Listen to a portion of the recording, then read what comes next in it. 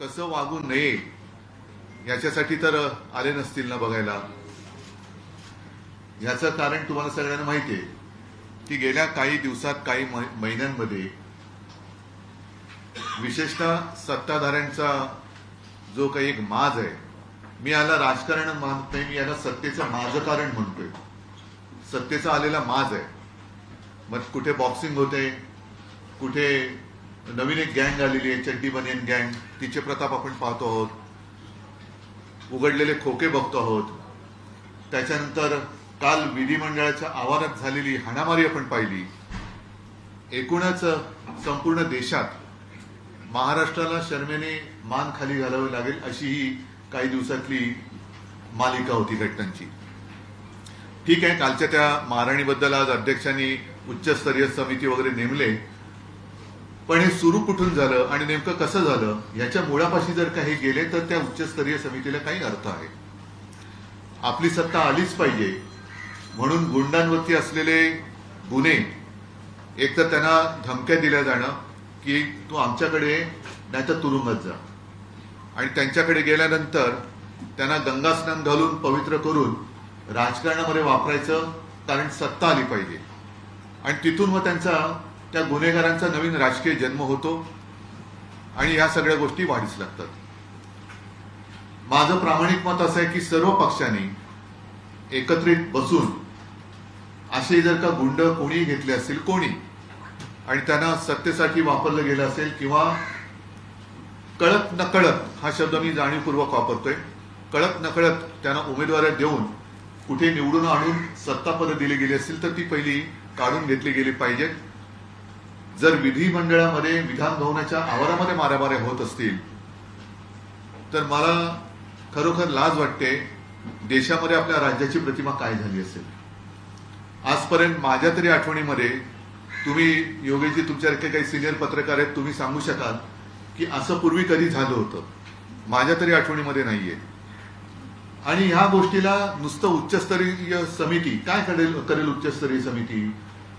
मूळ हे आहे की प्रत्येक पक्षात राजकारण्यांनी स्वतःच्या सत्तेच्या लालसेपायी गुंडांना घेतलं. त्यांच्यावरचे आरोप म्हणजे अगदी दाऊदचे साथीदार असल्यापासूनचे, साथीदारांसोबतचे पार्टीतले व्हिडिओ, मग इक्बाल मिर्ची बरोबरची भागीदारी, कोणाचं आणखीन कोणाबरोबरचे संबंध, ह्या सगळ्या गोष्टी आरोप करणारे तेच, पक्षात घेणारे तेच, आरोप मागे घेऊन त्यांना तेच. आणि मग अशा लोकांकडनं दुसरी अपेक्षा काय? लोकशाहीचा जर का मी म्हणेन खून करणारे असे राजकारणी विधिमंडळात आणि महाराष्ट्रामध्ये वावरायला लागले तर जनतेने काय करायचं? हे विधिमंडळाचं अधिवेशन जनता मोठ्या अपेक्षेने पाहत असते की माझ्या प्रश्नाला नेमकं काही उत्तर मिळाले की नाही. काल मी आलो होतो तेव्हा सगळ्या आपल्या पोलीस कर्मचाऱ्यांच्या पत्नी, त्यांचं एक शिष्टमंडळ आलं होतं. मला कल्पना नाही की त्यांना मंत्र्यांनी भेट दिली की नाही. काल पण दिली नाही, आज पण दिली नाही. आणि काही घोटाळे आम्ही बाहेर काढलेत. त्याच्यावरती मग तुमच्या काळात काय झालं, आमच्या काळात काय झालं. ठीक आहे, आम्ही जर काही गुन्हा केला असेल तर तुम्ही आमच्या पत्रात जरूर टाका. पण आज तुम्ही आहात, जवळपास एक 3रं-4थं वर्ष आहे, तुमची सत्ता, तुमच्या सत्तेचा काळ सुरू आहे. त्याच्यामुळे आज जे काही घडतंय याची जबाबदारी तुम्ही काल काय घडलं ते कोणाच्या काळात घडलं असं टाकून तुमचं तपडे झटकू शकत नाही. जे काही घडतंय त्याची जबाबदारी आजच्या सत्ताधाऱ्यांनी घेतलीच पाहिजे. आणि मी तर म्हणेन पुढे ते असं घडू नये याच्यासाठी काय उपाययोजना करणार हे त्यांनी सांगितलं पाहिजे.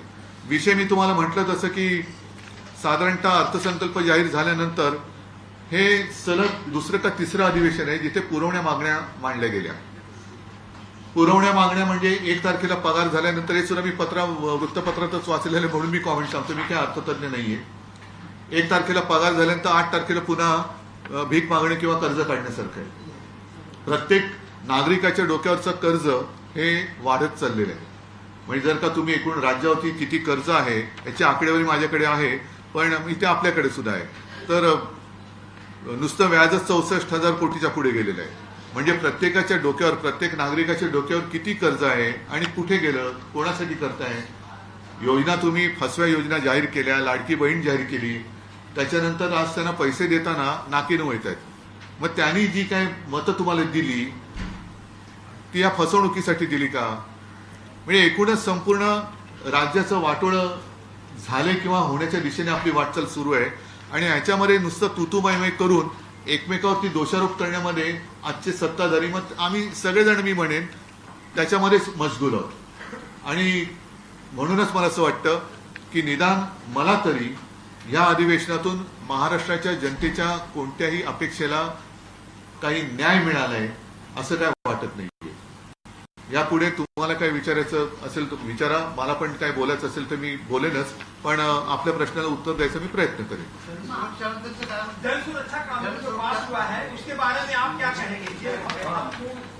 हे बघा आता नाही जनसुरक्षेवर बोलतो, नुसतं ह्या जानेवारी ते मार्च मध्येच 767 शेतकऱ्यांनी आत्महत्या केल्या आहेत. म्हणजे सरासरी काढली तर रोज 8 आत्महत्या होत आहेत. गेल्या वर्षी पण जवळपास सव्वा हजार म्हणजे 1267 शेतकऱ्यांनी आत्महत्या केलेल्या आहेत. म्हणजे ही आकडेवारी ही अशीच होते, त्याच्यावरती काही इलाजच केला जात नाहीये. आणि मग जनसुरक्षेचं जर का तुम्ही म्हणाल त्याच्यावरती मी माझं मत परखडपणाने मांडलेलं आहे की कडवे डावे, मग काल मारामारी केली ते कोण होते? कडवे डावे होते, कडवे उजवे होते, कडवे वरचे होते, कडवे खालचे होते का कडवे मधले होते?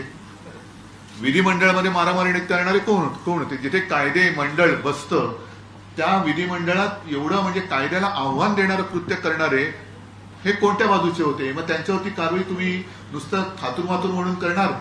तर ह्या कडव्या डाव्या आणि कडव्या उजव्या असं मी काय म्हणत नाही. तुम्ही देशद्रोही म्हणा, देशविघातक शक्ती म्हणा, त्यांच्यासाठी त्यांना कारवाई त्यांच्यावरती झालीच पाहिजे, नव्हे कठोरात कठोर शिक्षा झालीच पाहिजे, हे आपल्या सगळ्यांप्रमाणे माझंही मत आहे. पण तसा कुठेही स्पष्ट उल्लेख त्या जनसुरक्षा कायद्यात नाहीये. मुख्यमंत्र्यांशी बोलतानाही मला तेच जाणवलं की नुसतं त्यांना मी सांगितलं की तुम्ही स्पष्ट उल्लेख जर का केला असता तर आम्ही उघड पाठिंबा दिला असता. आणि आज सुद्धा सांगतोय त्यांनी विधेयक आता बहुमताने 500 बहुमताने मंजूर केले. आजच महाविकास आघाडीचे लोकप्रतिनिधी जाऊन राज्यपालांना विनंती केले. आता राज्यपाल म्हणजे तुम्हाला माहिती आहे, मला पण अनुभव आहे, तुम्हाला पण अनुभव आहे. तर त्यांनी आज सुद्धा जर का त्याच्यात स्पष्टता आणली तर महाविकास आघाडी हा एक विषय आहे, पण मी शिवसेना म्हणून त्याला पाठिंबा द्यायला तयार आहे जर ते खरोखर दहशतवाद विरोधी असं बिल असेल तर. मग त्याच्यात तुम्ही कायदे कडक करा, काही करा, पण देशविघातक शक्ती आज जे काय त्याच्यात वाटते ते उद्या तुम्ही सुद्धा जर काय त्यांच्या विरुद्ध लिहिलं मग ते काय म्हणतात की व्यक्तीवरती नाही संघटनेवरती. म्हणजे तुम्ही जर का तुमच्या वृत्तपत्रात एखादा लेख लिहिला तर तुमच्या अख्ख्या समूहाला ते बंदी आणतील का? आणि याचं कारण असं की हेतू चांगला असू शकेल पण त्याची अंमलबजावणी ही करणारा जो असेल त्याच्या हातामध्ये असते आणि ती त्याच्यात कुठे गफलत होऊ नये म्हणून त्या बिलामध्ये स्पष्ट उल्लेख असण्याची गरज आहे.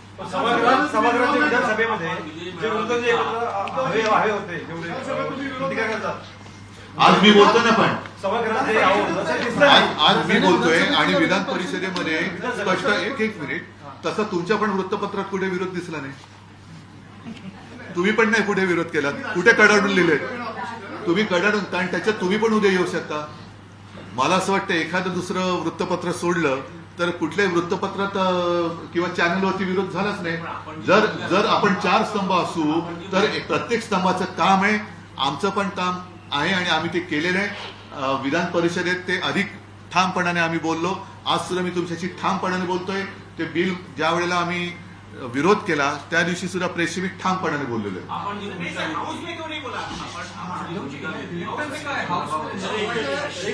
तुम्ही त्याच्यातच रमणार असेल तर रमा, मला त्याच्यात इंटरेस्ट नाहीये. मराठीच्या संदर्भात आपण जी भूमिका घेतली, आपण आंदोलन करणार होते, त्यानंतर आपण विजय मेळावा घेतला, सरकारने जेव्हा माघार घेतली तेव्हा या सर्व गोष्टींना वृत्तपत्रांनी आणि माध्यमांनी प्रसिद्धी दिली ना चांगली, म्हणजे ते एक प्रकारे आम्ही केलेलं समंत्रच होतं. आहे ना, मी जनसुरक्षेबद्दल बोलतोय, मी मराठीच्या मुद्द्यावर बोलतच नाहीये, जनसुरक्षेबद्दल बोलतोय, मराठीच्या मुद्द्यावरती बोलतच नाहीये. आपण जे त्रिभाषा सूत्राला विरोध केलेला आहे, मुख्यमंत्र्यांनी आपल्या विजयी मेळाव्यानंतरही काल असं विधान केलेलं आहे की ही त्रिभाषा सूत्र आम्ही लागू करणारच. तर याविषयी आपली त्याच्यामध्ये त्यांना व्यक्ती स्वातंत्र्य आहे, त्याच्यामुळे ते बोलू शकतात, पण कोणत्याही भाषेची सक्ती ही आम्ही लागू होऊ देणार नाही म्हणजे नाहीच. याचा अर्थ कोणत्याही भाषेला आम्ही विरोध करतोय असा कृपा करून गैरसमज करून घेऊ नका. पण कोणत्याही भाषेची सक्ती ही आम्ही लागू करू देणार नाही.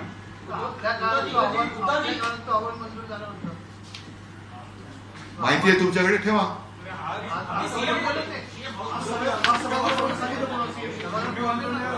राष्ट्रीय शैक्षणिक धोरण 2020 धोरण अंमलबजावणीसाठी मुख्यमंत्र्यांच्या अध्यक्षतेखाली कार्यगट, मी मुद्दामून पान काढून आणले. तारीख आहे 27 जानेवारी 2022, म्हणजे माझं सरकार पाडलं जून मध्ये. हे त्या 2022च्या जानेवारीतलं हा वृत्तांत आहे. उच्च व तंत्र शिक्षण विभाग, ह्याच्यात प्राथमिक विभाग शिक्षण नाही. आता त्याच्या 4 ओळी मी वाचतो. राष्ट्रीय शैक्षणिक धोरण 2020 संदर्भात स्थापन केलेल्या डॉक्टर रघुनाथ माशेलकर समितीच्या कार्यगटाचा अहवाल मंत्रिमंडळ बैठकीत आज सादर करण्यात आला. त्यावर या धोरणाच्या अंमलबजावणीसाठी मुख्यमंत्र्यांच्या अध्यक्षतेखाली कार्यगट स्थापन करण्याचा निर्णय घेण्यात आला. या बैठकीच्या अध्यक्षस्थानी मुख्यमंत्री उद्धव ठाकरे होते. या धोरणाची अंमलबजावणी करण्याच्या अनुषंगाने स्थापन करण्यात येणाऱ्या मुख्यमंत्री यांच्या अध्यक्षतेखालील या कार्यगटात उपमुख्यमंत्री वगैरे कोण कोण होते त्यांची नावं दिलेली आहेत. याचा अर्थ काय की तो अहवाल सादर केला गेला म्हणजे तो स्वीकारला गेला असं होत नाही. त्याच्या अंमलबजावणीसाठी कार्यगटाची स्थापना झाली, ज्याच्या अध्यक्षपदी तत्कालीन मुख्यमंत्री म्हणून मी होतो. पण त्या कार्यगटाची कधी बैठक झाली नाही, कारण सरकार असताना पाडलं गेलं. म्हणून मी जे काय म्हटलं की तो अहवाल मी वाचला देखील नाही. त्याचं कारण हे आहे, आणि मुळामध्ये तो अहवाल हा माझ्या माहितीप्रमाणे उच्च शिक्षणाच्या बाबतीत होता, आणि जरी त्याच्यामध्ये सक्तीची भाषा केली गेली असेल तरी अंमलबजावणी होण्यासाठी माझ्याकडनं कोणतीही कार्यवाही केली गेलेली नव्हती. हे म्हणूनच आम्ही सांगतोय की हिंदी सक्तीची करण्याच्या आधी मुख्यमंत्र्यांनी मराठी नीट शिकावी. हनी ट्रैप का मुद्दा कांग्रेस पार्टी ने उठाया. हनी ट्रैप का मुद्दा कांग्रेस पार्टी ने उठाया. शिकायतकर्ता थाने के थे, उन्होंने केस दायर किया, उसे पीछे ले लिया गया. शिवसेना की इस मुद्दे पर क्या भूमिका है, क्योंकि सरकार का कहना है कि ऐसा हुआ नहीं. हनी ट्रैप, उसमें मैंने सुना है कि लगभग कितने 72, उसमें कुछ पुलिस अधिकारी भी है, कुछ अन्य अधिकारी भी है, कुछ राजनीतिक नेता भी है. सारे लोगों की एक जानकारी अगर किसी के पास हो, मेरे पास भी आधी अधूरी जानकारी है.